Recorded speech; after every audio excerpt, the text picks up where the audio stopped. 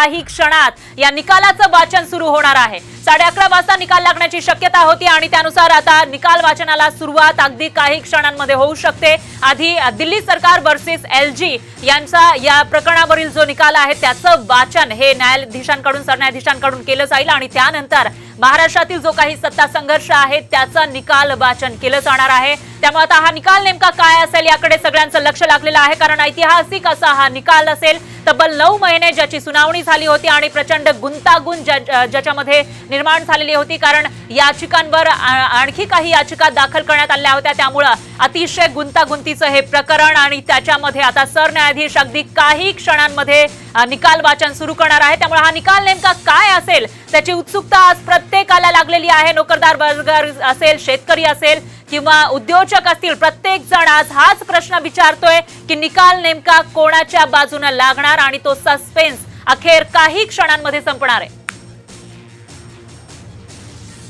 आणि याविषयी पुन्हा एकदा अपडेट घेऊयात आपल्या प्रतिनिधी प्राची कुलकर्णी यांच्याकडे। त्या थेट दिल्लीवरून आपल्या सोबत जोडल्या गेलेल्या आहेत, ज्या ठिकाणी अगदी काही क्षणांमध्ये निकाल वाचनाला सुरुवात होईल। प्राची, काय सांगाल, एलजी वर्सेस दिल्ली सरकारची जी सुनावणी आहे ती सुरू झालेली आहे का? निकाल वाचन सुरू झालंय का? आणि महाराष्ट्राचा जो सत्ता संघर्षावरील निकाल वाचन आहे ते कधीपर्यंत सुरू होऊ शकतं?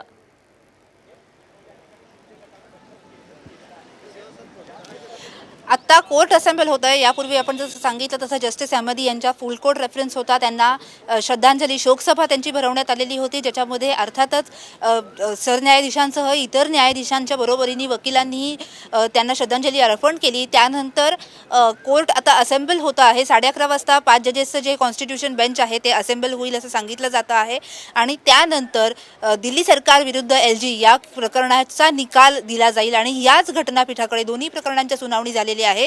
त्यामुळे त्या पाठोपाठ कदाचित लगेचच राज्य सरकारच्या सत्ता संघर्षाच्या निकालाचं नेमकं काय होतंय हे आपल्याला अगदी काही वेळामध्ये कळेल। आपण जर एकूण घटनाक्रमाचा आढावा घेतला तर साधारण गेल्या 29 जूनला या प्रकरणामध्ये सर्वोच्च न्यायालयामध्ये ठाकरे गटाकडून याचिका दाखल करण्यात आलेली होती आणि तिथपासून ते 16 मार्च पर्यंत झालेली सलग सुनावणी, ज्याच्यामध्ये ज्या याचिका आहेत त्याच्यामध्ये सुरुवातीला शिंदे गटाच्या वतीने झिरवळ यांच्याकडून ज्या कार्यवाही केली जाते ती थांबवा याची केलेली याचिका असेल किंवा व्हिपच्या बाबतीमध्ये ठाकरे गटाकडून केलेली याचिका असेल की व्हिप ज्या पद्धतीने नेमला गेलेला आहे तो मान्य केला जाऊ नये, त्याला क्वेश्चन केला असेल, 16 आमदारांच्या अपात्रतेच्या सगळ्या कार्यवाहीबाबत, अध्यक्षांच्या निवडीबाबत, राज्यपालांची कार्यवाहीबाबत, हे सगळे मुद्दे आतापर्यंत तऱ्हेतऱ्हेच्या याचिकांमधून मांडले गेलेले आहेत। याबरोबर एक जनहित याचिका सुद्धा आहे की या सगळ्या प्रकरणामुळे लोकांच्या वेळेचा आणि पैशाचा अपव्यय होतो आणि त्यामुळे या सगळ्या प्रकरणाचे नेमकं काय होतं आहे हे पाहणं महत्त्वाचं ठरणार आहे। पण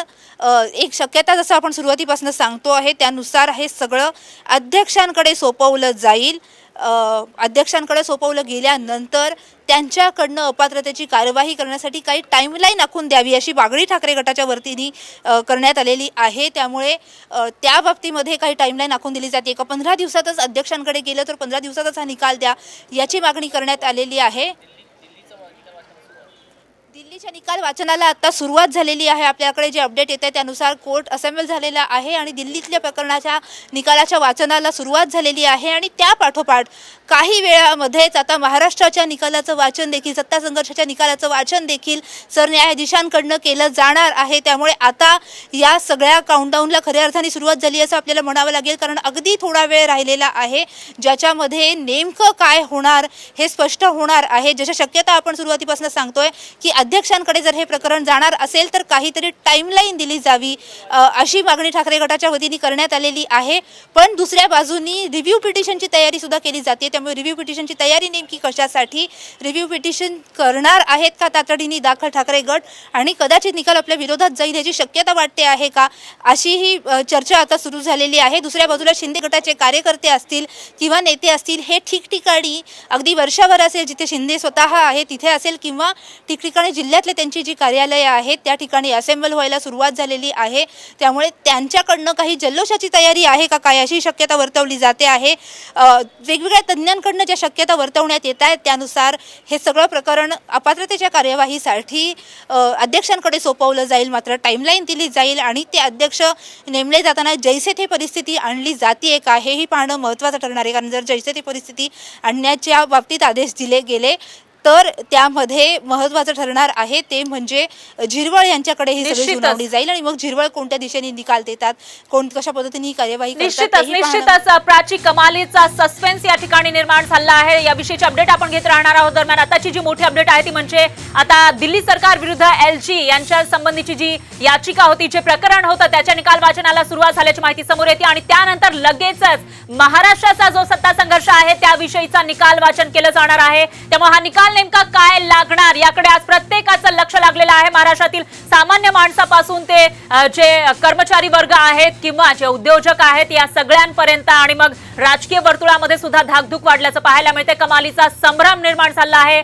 निकाल नेमका कोणाच्या बाजूने लागणार हाच प्रश्न आज प्रत्येकाला पडलेला आहे आणि अगदी काही क्षणांमध्ये त्याचं उत्तर मिळणार आहे. पुन्हा एकदा जाऊयात आपल्या प्रतिनिधी प्राची कुलकर्णी यांच्याकडे, ज्या थेट दिल्लीमधून ज्या ठिकाणी हे निकाल वाचन केलं जाणार आहे त्या सुप्रीम कोर्टाच्या आवारातून प्रत्येक अपडेट आपल्यापर्यंत पोहोचवत आहेत. प्राची, सध्याचे काय अपडेट? आणि दुसरं म्हणजे तुम्ही जे सांगत होता त्याच्यामध्ये एक महत्त्वाचा मुद्दा असा की सुप्रीम कोर्टानं जेव्हा सुनावणी सुरू होती त्यावेळेला जे राज्यपाल आहेत त्यांच्या भूमिकेवर संशय घेतलेला होता. त्याचबरोबर जे मुख्यमंत्री, तत्कालीन मुख्यमंत्री होते ठाकरे यांचीही जी राजीनामा देण्याची पद्धत होती त्याच्यावर टिप्पणी केल्याचं पाहायला मिळालं होतं. दरम्यान ही ताजी दृश्य आपण साम टीव्हीच्या स्क्रीनवर बघू शकताय. निकाल वाचनाला सुरुवात झालेली आहे. हा निकाल सत्ता संघर्षाचा नाही तर दिल्ली सरकार विरुद्ध LG यांच्या संबंधीचा जो काही संघर्ष आहे त्यावर इथं निकाल दिला जातोय. त्या प्रकरणाची ही सुनावणी सुरू असल्याचे हे ताजे अपडेट आपण साम टीव्हीच्या माध्यमातून बघू शकतोय आणि याच ठिकाणी अगदी काही वेळामध्ये महाराष्ट्राविषयीचा सुद्धा,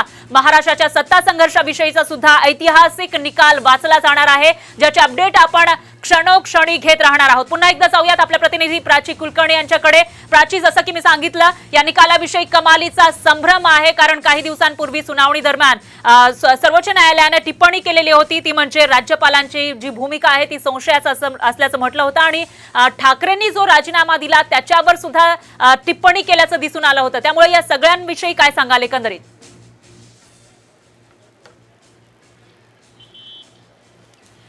फरक असं आपण म्हटलं, अनेक दृष्टीने हा निकाल महत्त्वाचा आहे. जसा हा महाराष्ट्राच्या सत्ता संघर्षाचं, राज्य सरकारचं भवितव्य काय हा ठरवणारा आहे, त्याचबरोबर तो महत्त्वाचा ठरणार आहे तो म्हणजे पक्षांतर बंदी कायद्याच्या बाबतीमध्ये नेमकं कोर्ट काय निकाल देता आहे, काय या सगळ्या ज्या पद्धतीने हे पक्षांतर झालेलं आहे.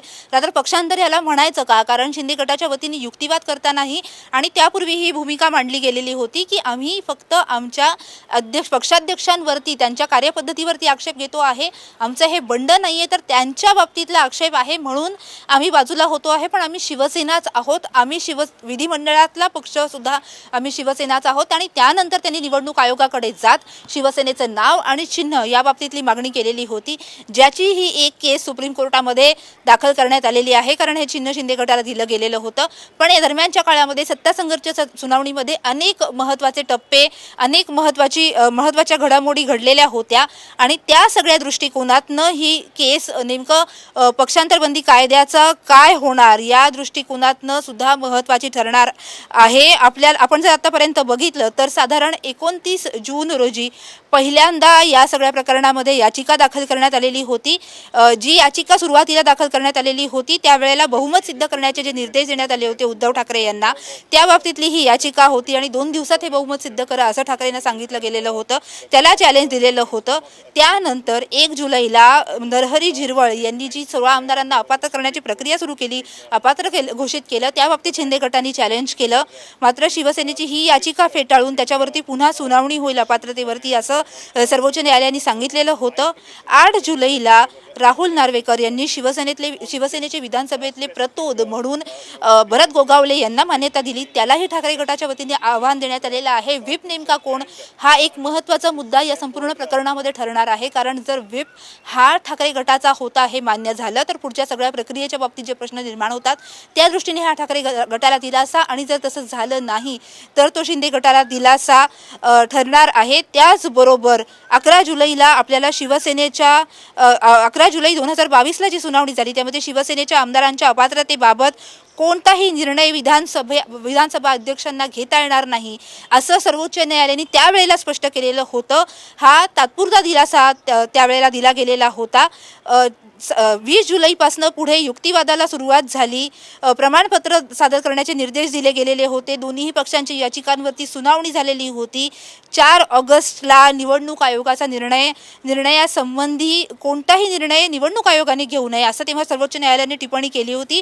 मात्र नंतर आपल्याला माहिती आहे की निवडणूक आयोगाने निर्णय घेत पक्षाचं नाव आणि चिन्ह हे दोन्ही प्रतिज्ञापत्रांच्या आधारे सगळी मेजॉरिटी आणि वोट शेअर सगळ्यात जास्त कोणाकडे आहे याचा आधार घेत शिंदे गटाला दिलेलं होतं. त्यानंतर जी सुनावणी सुरू झाली ती 5 सदस्यीय घटनापीठांकडे आतापर्यंत 3 सरन्यायाधीशांनी रमणा असतील, त्यानंतर लळित असतील आणि त्यानंतर आत्ताचे चंद्रचूड या 3 सरन्यायाधीशांसमोर या सगळ्या प्रकरणाची सुनावणी झालेली आहे. 5 सदस्यीय घटनापीठामध्ये जेव्हा सुनावणी सुरू होती, आर्ग्युमेंट सुरू होतं त्यावेळेला आपल्याला माहिती आहे सरन्यायाधीश चंद्रचूड यांनी अनेक मुद्द्यांवरती महत्त्वाची टिप्पणी केलेली होती. त्याच्यामध्ये राज्यपालांची एकूण या सगळ्या प्रकरणातली भूमिका असेल, त्याच्यावरती सॉलिसिटर जनरल जे आर्ग्युमेंट करत होते त्यावरती वेळोवेळी विचारले गेलेले प्रश्न असतील. याच्याच बरोबरीने महत्त्वाचा मुद्दा जो आता फराव उल्लेख केलास तो म्हणजे उद्धव ठाकरे यांच्या राजीनाम्याचा मुद्दा.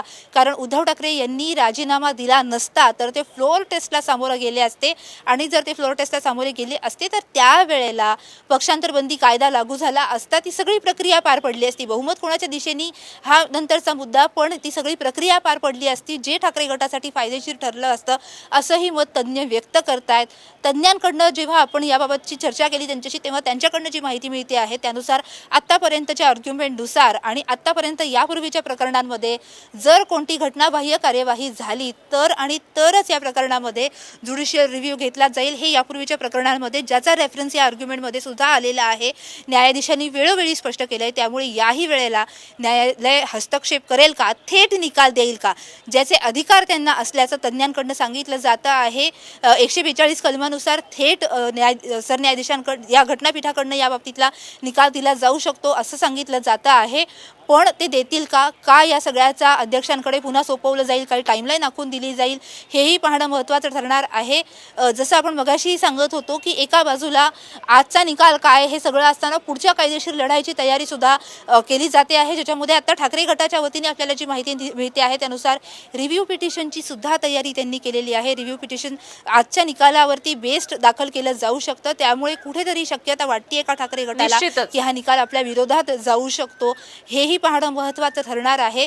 थोड्याच वेळात स्पष्ट होईल. आता दिल्लीतल्या निकालाचं वाचन सुरू झालेलं आहे त्यामुळे अगदी थोड्या वेळात स्पष्ट होईल की राज्यातल्या सत्ता संघर्षाचं काय होणार. फरा निश्चितच प्राची, राज्यातल्या सत्ता संघर्षाचा निकाल नेमका काय लागणार हे